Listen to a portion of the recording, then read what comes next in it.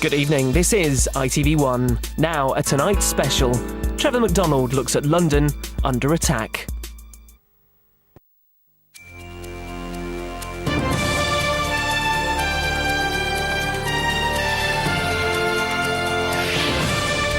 Good evening from London, the city that should have been celebrating this weekend, but which instead it's counting its dead.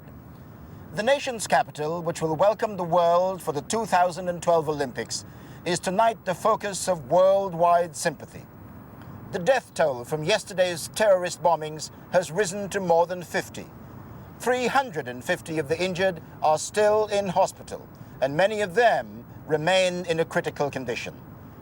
For the last 36 hours, our television screens have been filled with the images of the carnage caused by the attacks on the city's transport system. And tonight we look at their potential long-term impact. How can London guard against similar outrages in the future? Can it bounce back from the effects on its economy and tourist trade? And as the government points the finger of blame at Islamic fundamentalists, what does this attack mean for community relations in the city?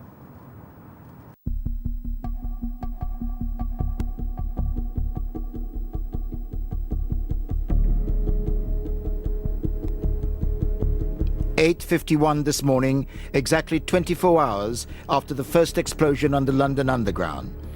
24 hours after the worst ever terrorist attack on the British mainland had begun. This was how commuters marked it this morning, going to work as usual, apparently uncowed by whatever threat may lurk. But yesterday was different. Yesterday was when the threat became a reality.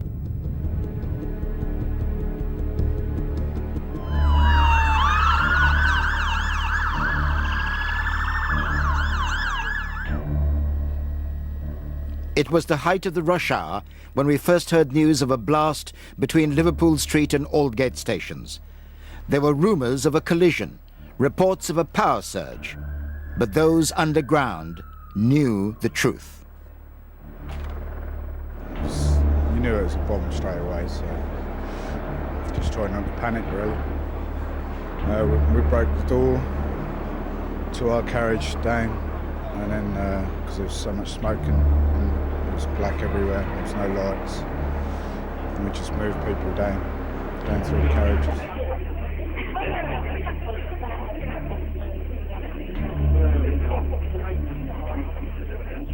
These terrified passengers had to scramble to safety through the darkness of the underground tunnels. But they were the lucky ones. 7 others on board had been killed.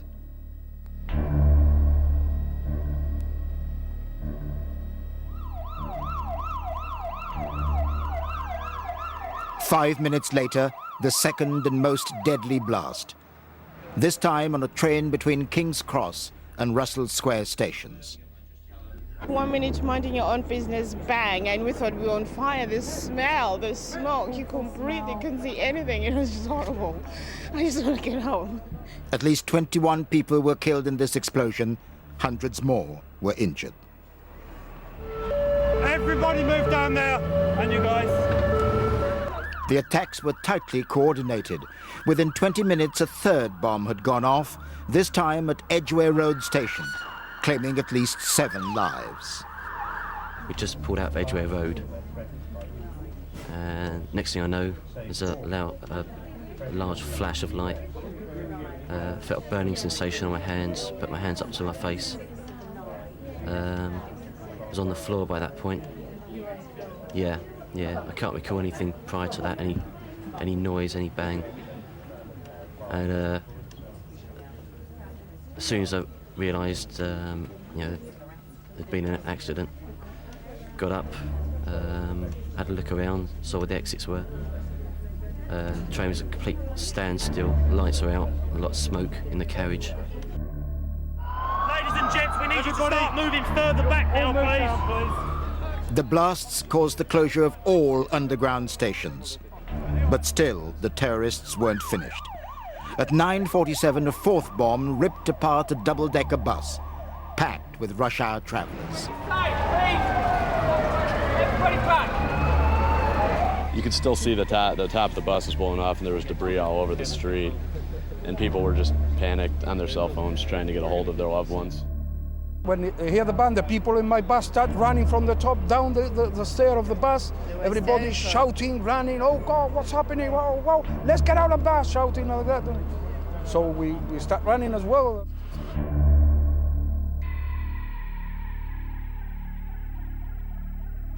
Those images and those accounts are still every bit as powerful and terrifying as they were yesterday. But what of tomorrow? Will those behind the attacks ever be caught? And can we expect more of the same?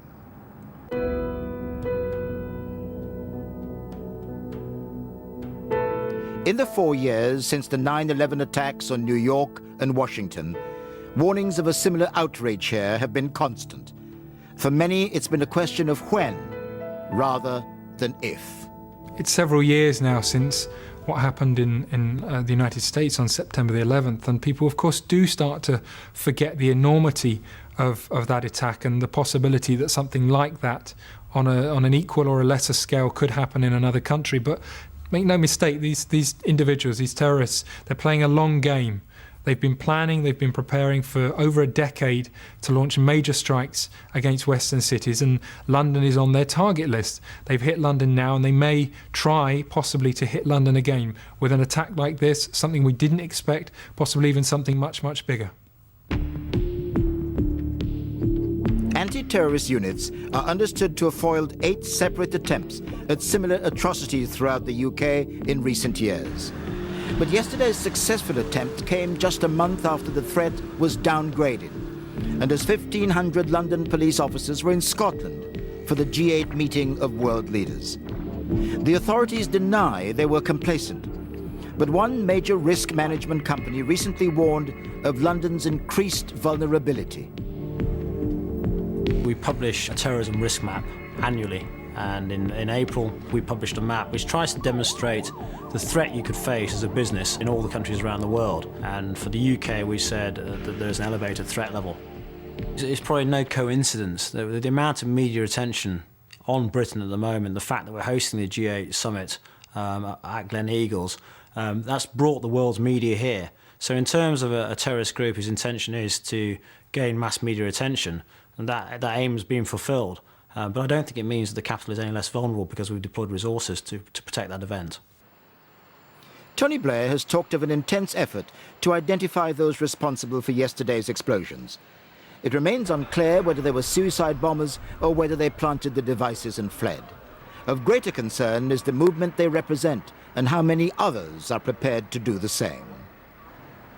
Many people have a misconception of terrorists in believing that Al-Qaeda is simply a gaggle of individuals that are very basic, screaming extremists working in a primeval way.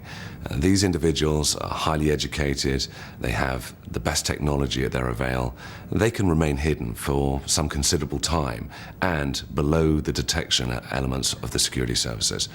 That's what is the current risk, so we have to use the same technology against them. Equally worrying is the targets they may have in mind. Our airports may be well guarded and our major landmarks may be under constant surveillance. But as yesterday showed, any target will do for the terrorists. What you've got to remember is that this is a kind of an insurgency war where one side does something and then the other side responds.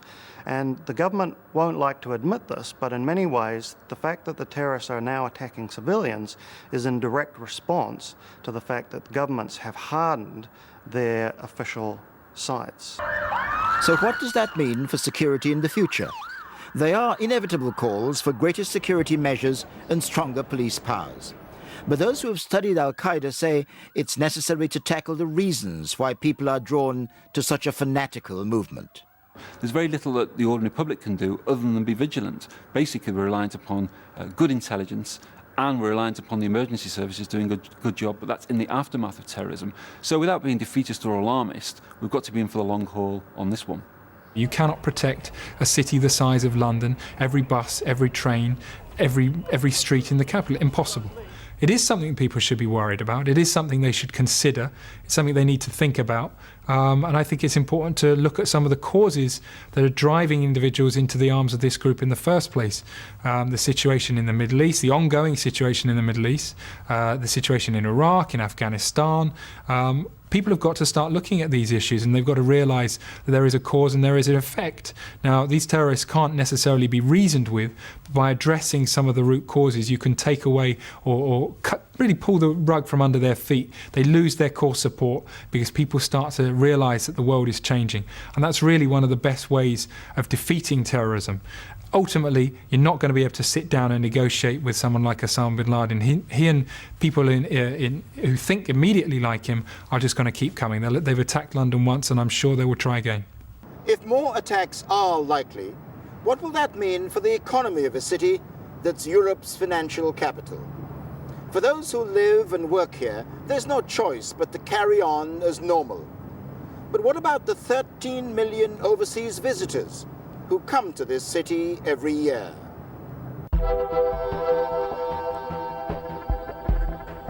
Last year, those visitors spent almost £6.5 billion helping to maintain a tourist industry that employs tens of thousands.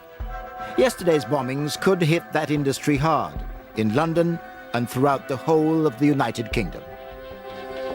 The impact economically will be upon tourism, because if you look after 9/11, people were frightened to fly to the United States, and tourism dropped by 30% for the first 6 months after that attack. You'll probably see a similar detrimental effect upon tourism in terms of the United Kingdom. People will be frightened to travel on the tube. Not ordinary Londoners, but tourists will be reluctant to come to London and take the risk of travelling on public transport there.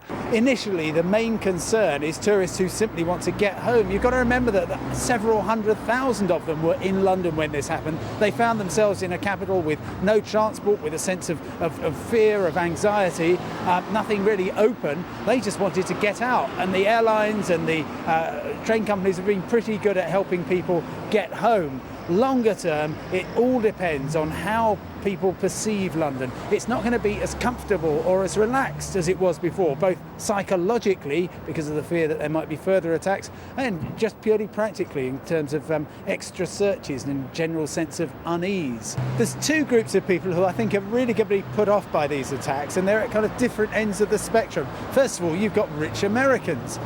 They don't need to come to London. They've got many fantastic places within their own borders.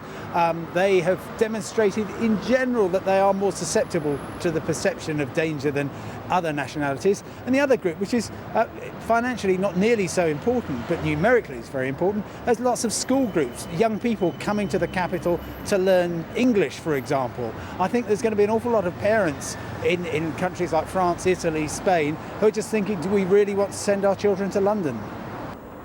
But London has been here before. The IRA's long war didn't just affect the tourist industry. In planting bombs in the city, the terrorists were striking at the very heart of the capital's economy.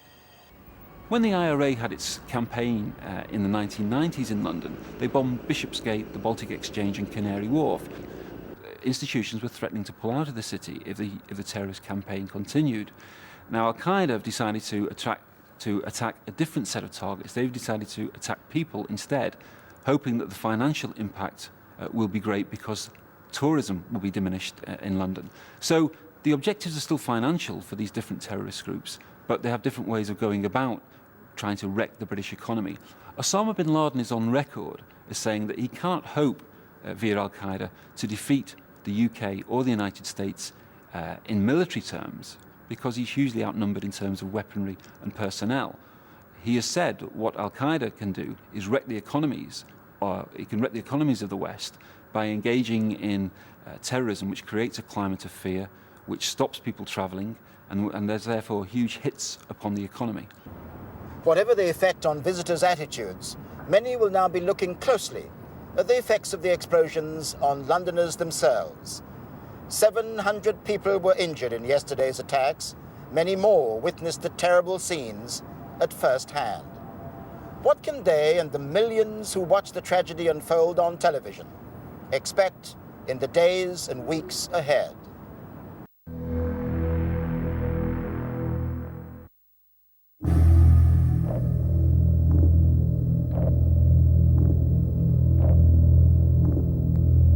saw just people like in a daze. They were just walking out and holding their heads and like just walking around. They didn't know where they were going, or they looked really dazed and they were covered in soot and stuff like that. That's what about. There was like, it was more, everyone thought it was like a train crash at first. And then afterwards everyone found out it was like it was actually a bomb. I don't think I'd use public transportation for quite a while because of the fact that like it happened like on the tubes and it happened on the buses in central London. Yesterday, politicians called for resilience in the face of violence. The terrorists had done their worst, but their victims should not be forced to change their way of life.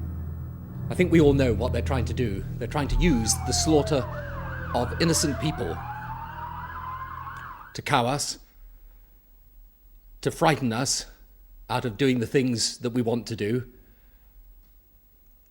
of trying to stop us going about our business as normal as we're entitled to do. And they should not and they must not succeed. Today it seemed many commuters were displaying that resilience. Bearing the scars of one of the explosions on the tube, Mark Margolis returned to the underground as usual. I'm back in town, so to get on the tube specifically, because I have to travel to work on Monday, and I want to get on the tube today and just prove to myself that I'm okay, and I'm happy doing it. But others who were on that same train are not convinced. Many believe they were too close to death.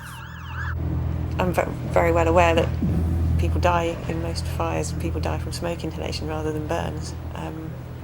There was so much smoke in the cabin that I just thought there's no way that any of us are going to get out of here alive. You know, on the Piccadilly line is one of the deepest lines as well, and there's really not much ventilation down there. I just thought the chances of actually being able to get out were so slim. I actually sent a text message to my boyfriend, sort of, you know, assuming that when they pulled my body out that he'd get it, just to sort of tell him that I loved him and so on. But, and it was, you know, it was that. I was that convinced that I wasn't getting out of there. While some have returned to the tube, others think it may take years to erase the images they saw. The smoke, the feel of the air in my throat, the smell of it when I got home, I could still taste it in my throat. Just the thought I was never going to see all my friends again, people I loved.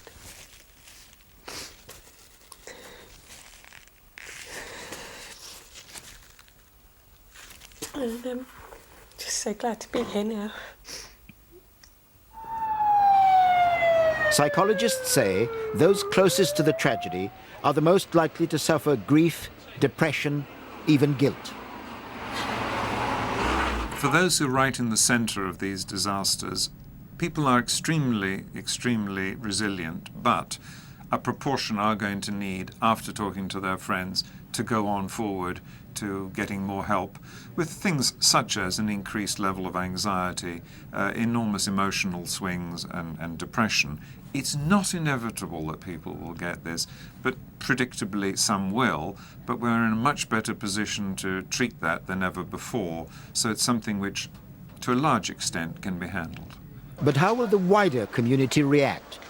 Maria Vega is a Spanish journalist who was working in Madrid when an Al-Qaeda bomb killed 191 passengers last year. She's seen the city change since then. After the Madrid attack, people tried to keep on with their lives, but it was quite difficult. Everybody was sad, was very sad. You could see the sadness in the face of all the citizens of Madrid. And people are different now. They are different because, for example, when you are in the train, there are a lot of people that start to look around themselves to see if there is a bag with a bomb or something like that. People won't forget the attack. I think yesterday's attacks will make people feel that life is a bit more dangerous, they'll be a bit more anxious. Parents will worry more about their children. Anyone who's seeing someone go off on a journey, perhaps through London to go somewhere else, will have some additional elements in their mind about things that might happen. So we'll become slightly more alert, vigilant, but also worried because of these events. Anxiety, worry, stress. Yesterday's explosions have caused trauma for many. And that's exactly what the terrorists were hoping to achieve.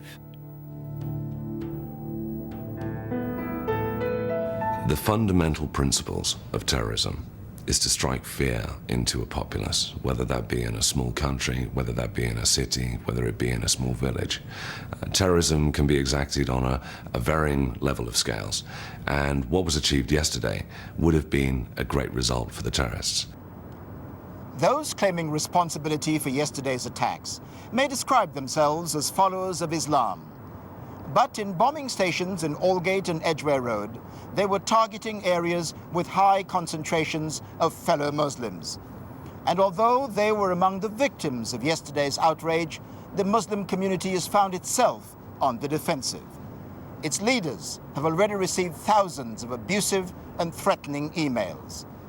So will the attacks have a longer-term impact on community relations?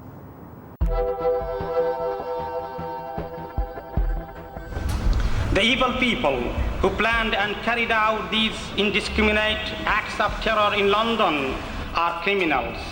No religion can accept that what they have done. Their actions are crime and terror, which all should condemn. Friday prayers at the East London Mosque, less than half a mile from Aldgate Station, scene of one of yesterday's blasts. These are just a few of the 700,000 Muslims in London, and the 1.6 million in Britain as a whole, the overwhelming majority committed to peaceful observance of their religion. Islam is kind of related with terrorism these days, whereas it's completely the opposite. I mean, the emphasis in Islam on in human lives is so great. I mean, it says in the Quran that to save one human is like saving all of mankind. But as with 9/11, ordinary Muslims fare a backlash. Al-Qaeda and the offshoot group claiming responsibility for yesterday's attacks both say they act in the name of Allah. Mainstream followers condemn them, but to some, that makes little difference. Within 2 hours of the explosions occurring in London, we started receiving a very heavy stream of hate mail, ostensibly from far-right groups, saying that it was now time for war against British Muslims. And we received over 30,000 within the space of a few hours. They actually jammed our servers and brought our whole internal email network down. But aside from that kind of hate campaign on the email, we haven't heard of any reprisal attacks, and really that is a good omen. I mean, we hope that people will recognize that these extremists do not speak for the Muslim community. And the abusive words have not turned to violence. Britain's capital is home to almost every race and religion in the world, and today it appeared united in its determination not to be beaten or divided by the worst act of terror in its history. And so ends a week when London has been through every emotion. From the hope and optimism of Saturday's Live 8 concert, to the euphoria of Wednesday's Olympics decision, to the horror of yesterday's attacks. Tonight, as the casualty toll continues to rise, millions in this city are hoping for a swift return to normality. From the Tonight team in London, goodbye, and thank you for joining us. For more coverage, the ITV News channel will keep you informed of any developments as they happen. The next news bulletin here on ITV1 is at 10:30.